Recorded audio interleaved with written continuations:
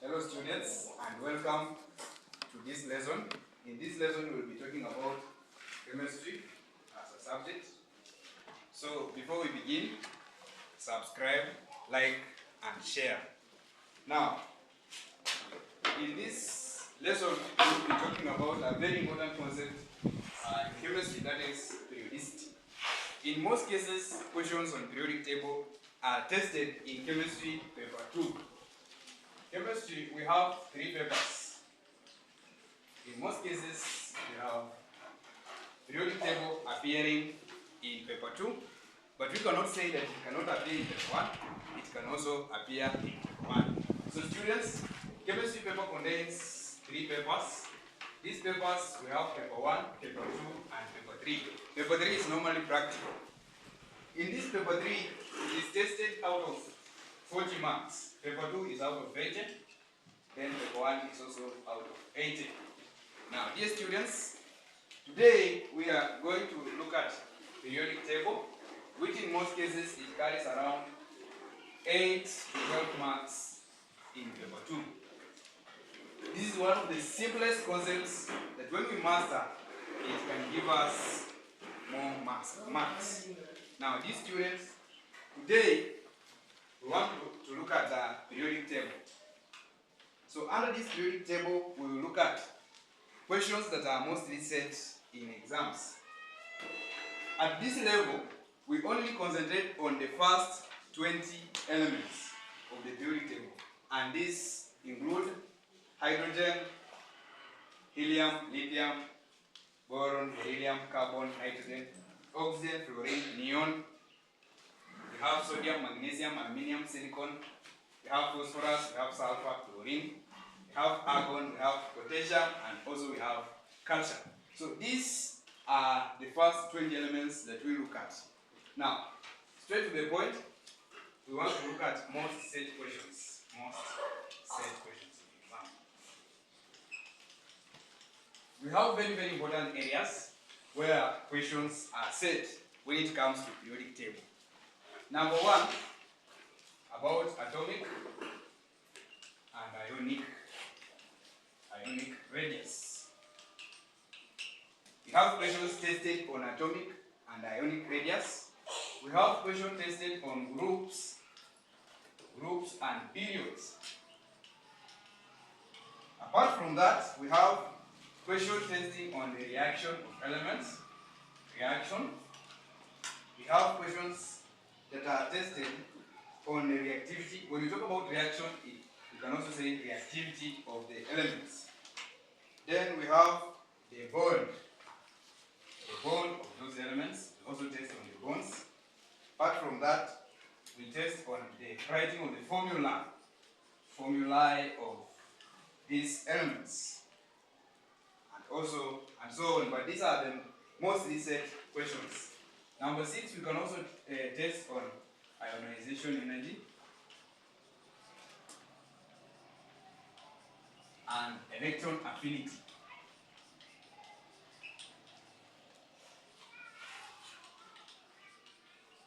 Now, dear students, when we talk about periodicity, we combine 3 or 4 topics to come up with questions. So these can test 3 topics. We can test on the structure of the atom and periodic table. We can also combine with the concept from chemical families and patterning properties. Also, we can test on structure and bonding.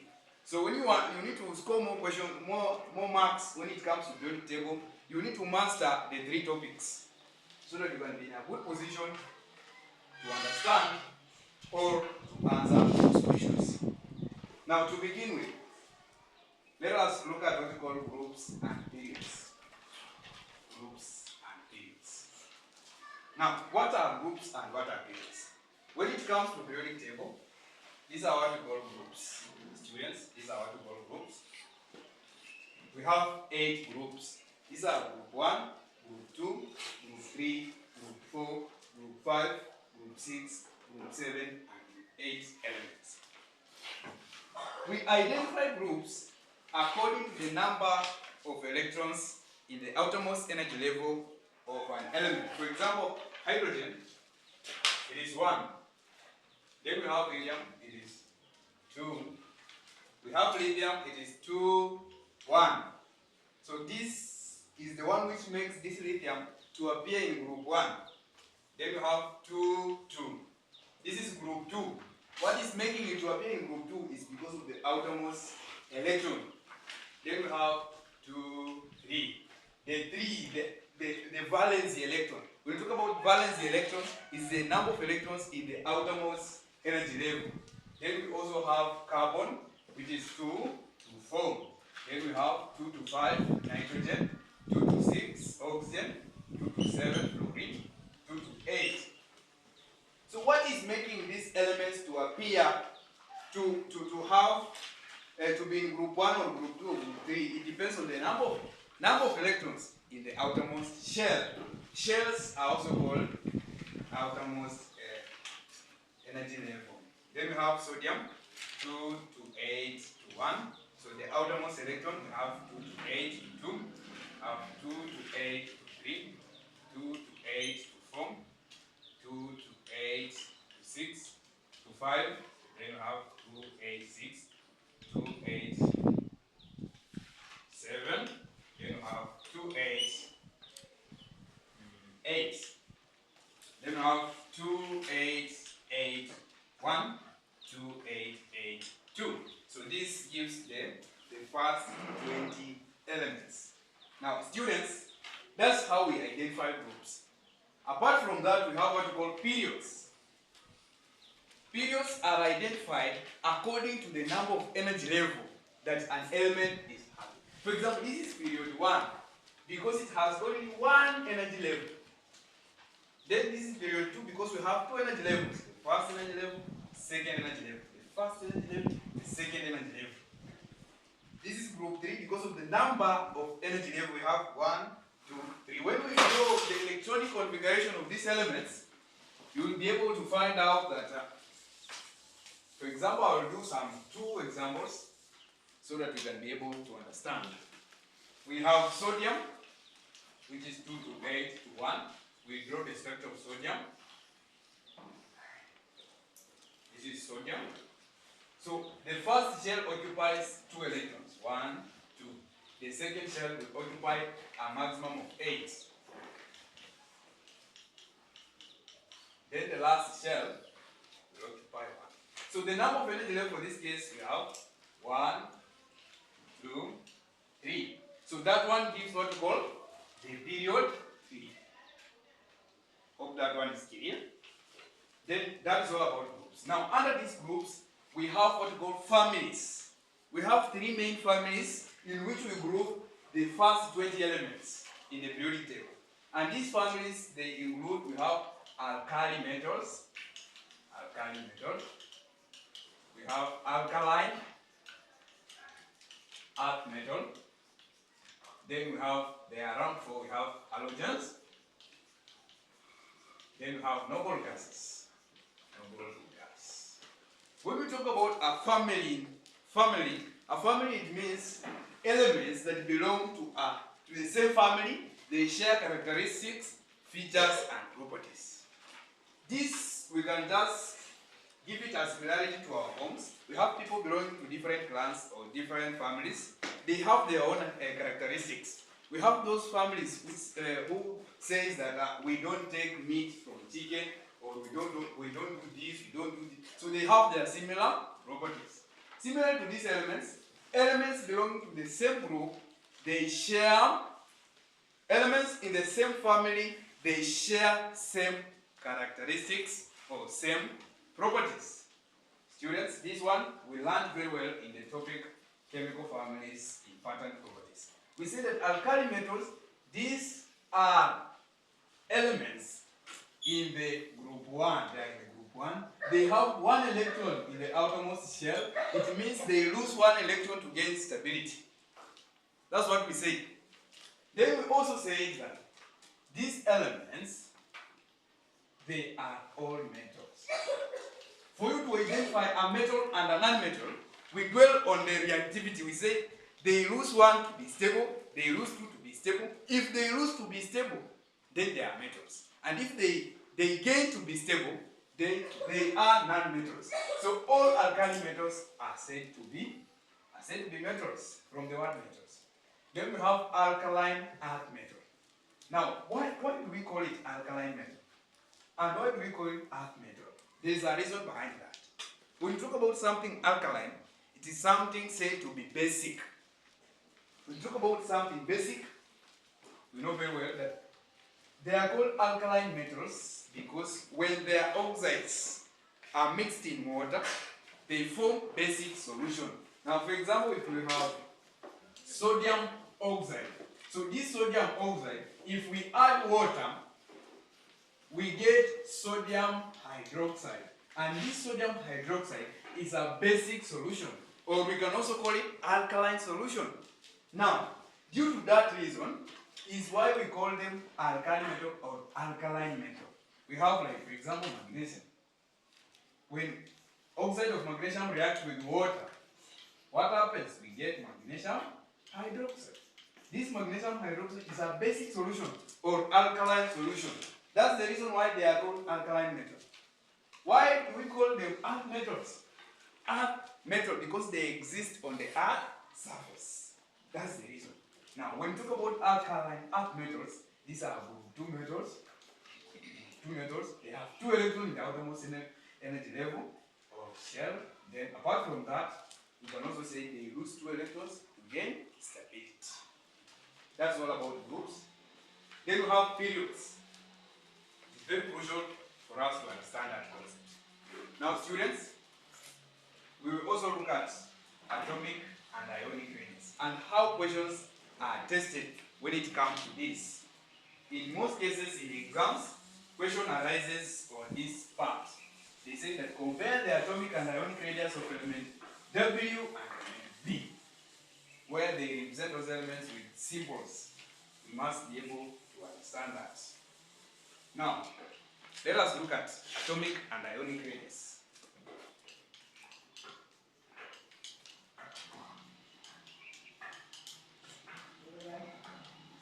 Now, before we look at atomic and ionic radius, we need to understand what does atomic radius mean and what does ionic radius mean. So here we have an ion and we have an atom. What's the difference between the two? Let's use an example of sodium and chlorine. We have sodium with 2 to 8 to 1. Then we have chlorine with 2 to 8 to 7. Now, this is an atom before losing or gaining electron for stability. After it gains electron or after it loses electron, it is no longer an atom, it is an ion now. So if this sodium will react by losing the outermost electron to gain stability. So this outermost electron, if it is loose, it remains with 2 to 8, and this is what we call an ion. And if we look at this is the atom, we can draw that atom like this.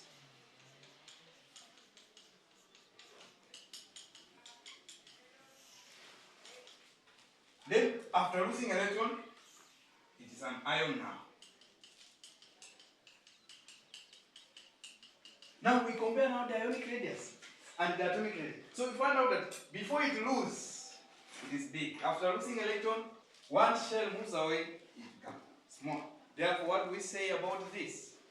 We say the atomic radius of sodium is greater or bigger than the ionic radius of sodium.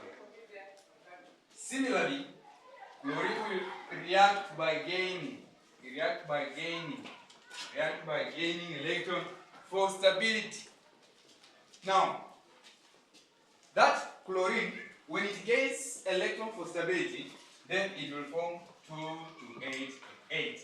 Now, students, that's what we call ionic and atomic radius. Now, how are questions tested when it comes to this concept? Using the periodic table. How are questions tested on this concept? Students, in exam, they will test you according to the group or according to the period. They will say, they will put here maybe P and K, or then they ask you to compare the ionic radius of element P and K. So what are we supposed to understand for the sake of metals? So we say for the sake of metals,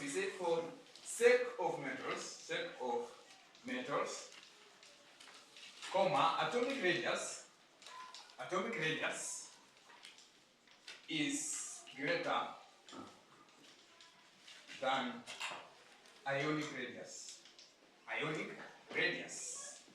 Since they lose electrons for stability.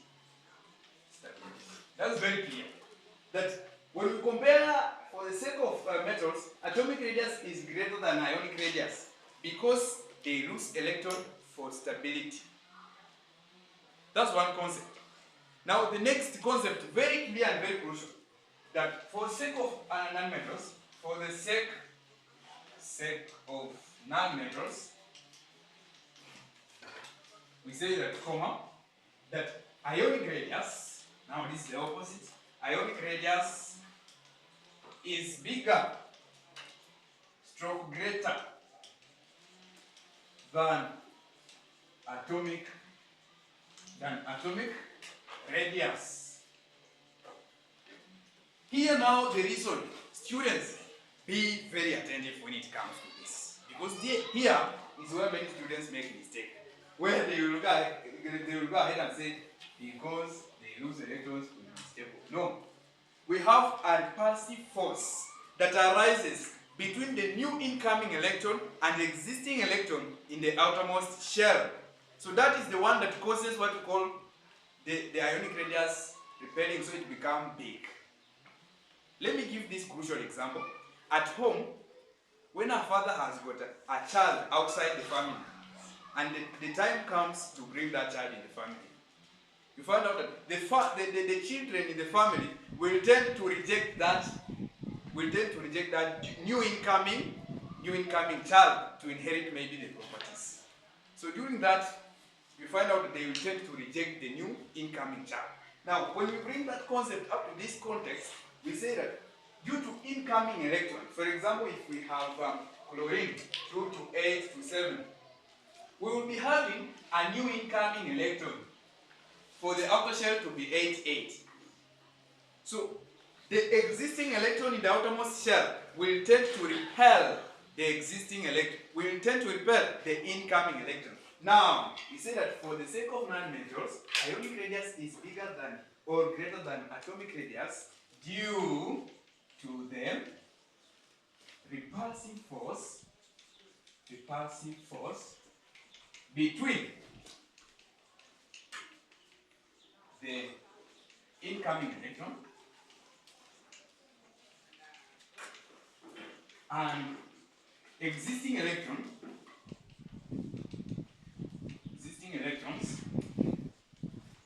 in the outer shell. Now, students, that is very, very important for you to understand. When we talk about non-metals, we begin from oxygen, fluorine, nitrogen. They share that concept. When they tell you compare between this element and this element, or this element and this element, compare the ionic radius of F and its atomic radius, maybe fluorine. You say that the ionic radius is bigger than its atomic radius. Reason? You give the same reason. What about when they talk about lithium? You compare the atomic and ionic radius of lithium. You say that the ionic radius of lithium is smaller than its atomic radius because it loses an electron for stability. Hope that one is well understood, students. That is for the sake of our cross, across the groups. Now what about across the periods? On the periods, this is now very challenging to many students. They answer the questions the way they think. For example, if they ask you to compare the atomic radius of sodium and aluminium, you find out that many students will say aluminium has a bigger atomic radius as compared to sodium, which is very wrong. Sodium has a bigger atomic radius So we say that ionic radius and atomic radius decreases across the period due to increase in number of protons, because the protons are positively charged. So they tend to attract. They tend to be attracted towards the nucleus, making the shell to be smaller. So we say that atomic radius, very, very important, students, atomic radius and ionic radius decreases across the period due to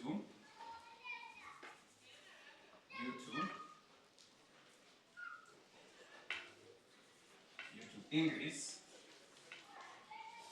in number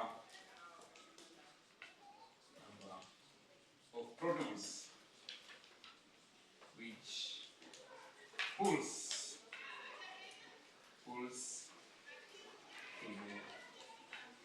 the nucleus. This is very important. But you need to be very creative, students.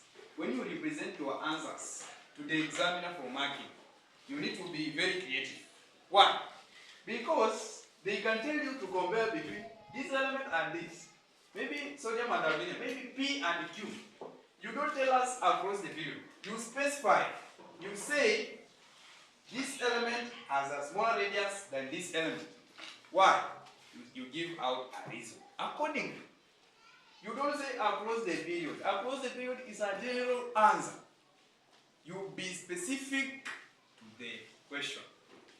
I hope we have understood it, students.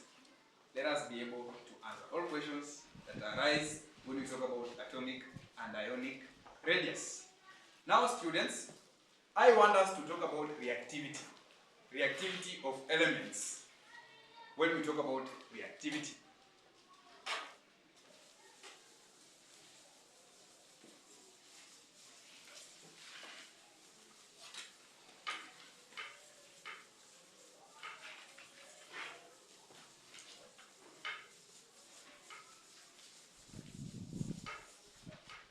For the sake of reactivity, here we look at metals. Also we concentrate on non-metals, because all of them are very good. So let us talk about reactivity. Questions are also tested on reactivity. That's number 2. Or number 3. That's number 3. When we talk about reactivity, these questions are very simple. They concentrate on two parts. They only concentrate on number 1, on metals, 2, non-metals. They will ask you a question and tell you if the most reactive metal in the periodic table, and give a reason. That's the question they tend to ask you now. When you come to the periodic table, many students will pick hydrogen, and what else? It is potassium. So this is the most reactive metal.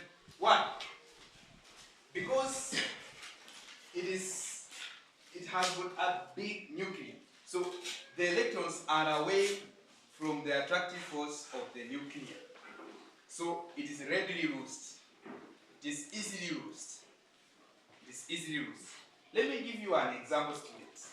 This is a daily life example that we made. That we have 2 students.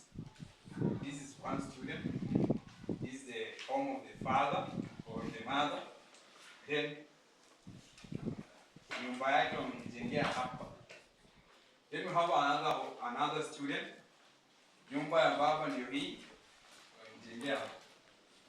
Then we have a disco matanga somewhere. Students. Now, these students will not go to disco matanga easily, because the time atakuwa anafungua tu mlango, baba atakuwa ameamka na room. Muuliza, where are you going now? So it will not be easy for that student to go to Matanga, to disco matanga. What if the house is far away from the father? Even if the student opens the door in a very loud way, the father will not be able to know. So this student will go to Matanga disco easily as compared to that student. Now what does that bring to this context now, students? Tunapokuja kwa chemistry sasa, We compare potassium and hydrogen or lithium. Like we have lithium here now, students. Let us concentrate. Let us not lose focus. Then we have our potassium here. That's our lithium. Then we have our potassium here. Let us be able to understand. The main thing is to understand.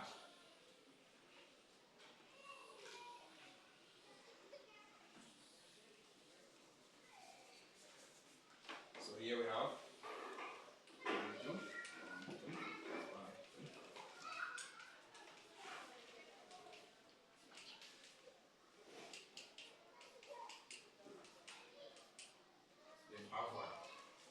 so here we have protons and neutrons. Here we have protons and neutrons. Remember, protons are positively charged and these electrons are negatively charged. So hii moja ikitaka kutoka ikuwe loosed ama kanataka kaende disco, itakuwa ngumu to be loosed for stability. So we found out that the proton itakuwa ina attract because this is positively charged and this is negatively charged. So ina rooted towards the nucleus. Lakini this electron hii proton iko mbali, so it will not be easily attracted towards the nucleus. So itakuwa loose haraka. So when we come here now, potassium will be more reactive as compared to any of the above. So when it comes to metal, when they ask you in an exam to give the most reactive metal, you say it is potassium. Or you can say, they can give you a letter, maybe Q. You say Q.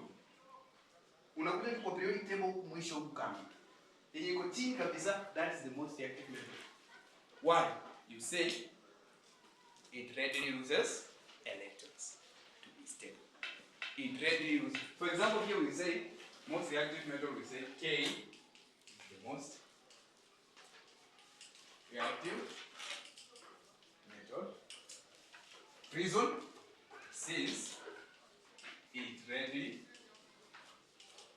loses electrons for stability. For stability. Now, what about nonmetals? Nonmetals is the opposite vijana or students. When we talk about vijana, it means we are dwelling on ladies and gentlemen. Now, when we talk about nonmetals now, students, you don't pick the lower. You pick here Jew. Now we pick fluorine. Giving a reason, it readily gains electron stability. It's the opposite now. So we say F. Say is the most reactive non-metal. Give a reason, since it readily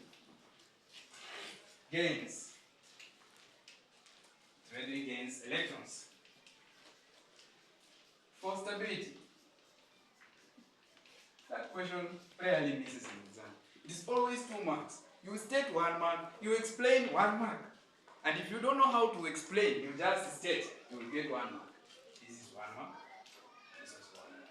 But in some cases, they give you here half, here also half. So you earn 1 mark. Students, it is very simple. Chemistry is very simple. We should be able to pass. Now, what about when they tell you to compare the reactivity of this element and this element? Remember, this loses 1 to be stable. This one loses 2 to be stable, 3 to be stable, 4 to be stable, 5 to be stable. And losing and gaining of electron, we use energy. That energy is called ionization energy. The minimum amount of energy required to lose an electron in the outermost energy level of an atom in gaseous state. That's how we define ionization energy. Now, students, if they tell you to compare the reactivity of sodium and magnesium, you say that sodium reacts more than magnesium, or is more reactive than magnesium. Why? Because sodium loses 1 electron to be stable, while magnesium loses 2 electrons to be stable. Or you say 3, or you say 4, according to the demands of the question. Now, students, that's very, very simple. We need to move on. Now, there's some of these questions that come in exam, they require thinking. They will tell you to give the electronic configuration of C. You need to count and know. Is this element which position? It is number 6. Electronic configuration, you write Sometimes they ask you to give the ionic configuration. Students, let us begin. Ionic configuration is different from atomic configuration. It's different from electronic configuration. So if we have 2 to 7, this is what we call electronic configuration. Now what about ionic configuration? After gaining or after losing is when we call it ionic configuration. Let us begin when it comes to that. Now students, let us move. If you have not subscribe to this channel, you will be able to get the flow of knowledge. You will be able to understand chemistry in a very magnetic way so that you cannot fail this very, very simple subject. Now students, we have this element, this element or atom called hydrogen. It normally appears in two groups. It can appear in group 1 or group 7. Why? It has one electron in the outermost energy level. Therefore, it appears in group 1. 2. It gains one electron to be stable. And all group 7 elements gain one to be stable. So it can also appear in group 7. That is a confused element now. When somebody tells you you are a confused element, then know you are hydrogen. Because hydrogen is not always confused. It can be there in group 1 or there in group 7. So they tell you, explain why this element can appear in this group and this group. Give a reason. Say, number 1, it can be in group 1 because it has one electron in the outermost shell. It can also be in group 7 because it gains one electron to be stable. That's very clear, students. Now, they can also tell you to write the formula of the compound. Maybe they tell you this is Q and this is M. They tell you to write the formula of Q and M. So you need to write Q, you write also M. Then look at Q. Q, it has 2 electrons in the outermost shell. It has a valency of 2. What about M? What about M? M, it has 6 electrons down. So the valency is 2. So it also has a valency of 2. So you cross multiply. So Q, this one comes here. Then M, this 2 comes here. But 2 and 2 cancels. So the formula is QN. That's very clear, students. You can also be given sodium.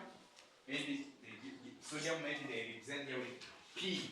And they give you chlorine, maybe S. So Q, let's say P maybe, sodium has a valency of 1. Then we also have QS, which is chlorine. Maybe it has a valency of 1 also.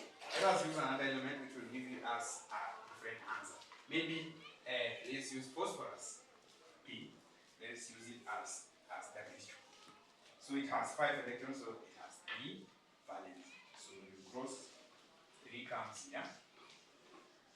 And W, there's no need to put here 1. So this is the formula. Students be able to know how to write the formula of compounds. Chemistry is a very simple subject. Periodicity is the only weapon to get 13, 12, 10 marks out of 80 in one question. So if you master this, you have around 10 marks in paper 2. They can also ask you about bonds. Before I forget, bonds. Say which type of bond exists between lithium, maybe lithium, and chlorine, whatever. Bonding is a very interesting topic. How many types of bonds do we have?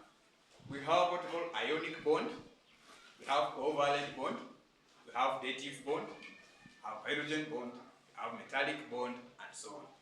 So when you talk about ionic bonding, can you compare which 2 elements are reacting? Maybe one electron is losing electrons, one element is losing electrons, then the other element is gaining electrons. That's what we call ionic bond. Ionic bonding is the type of bond where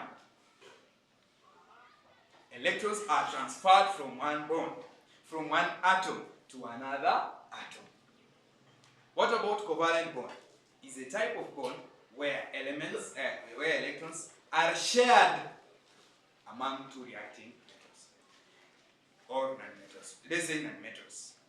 Then, for you to identify an ionic bond and a covalent bond, you need to look at the atoms or the types of atoms that are reactive.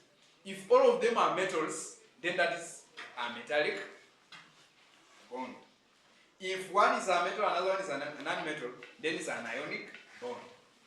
If all of them are non-metals, then it is referred to as a covalent bond or a dative bond.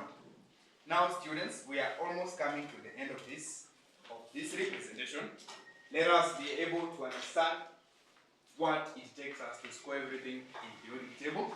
They can also ask you to give the name of the shaded region of this method. It is normally called transitional metals. Transitional metals. They can ask you the name. Students, those are very simple things that we ought to understand. Let us go back to Form 2, read those concepts, understand them. I thank you very much for listening to this very important, very interesting representation. I would like to tell you to subscribe to my channel so that when I upload the next lesson, we will be able to understand. So I wish you all the best. Let us meet in our next lesson. Thank you.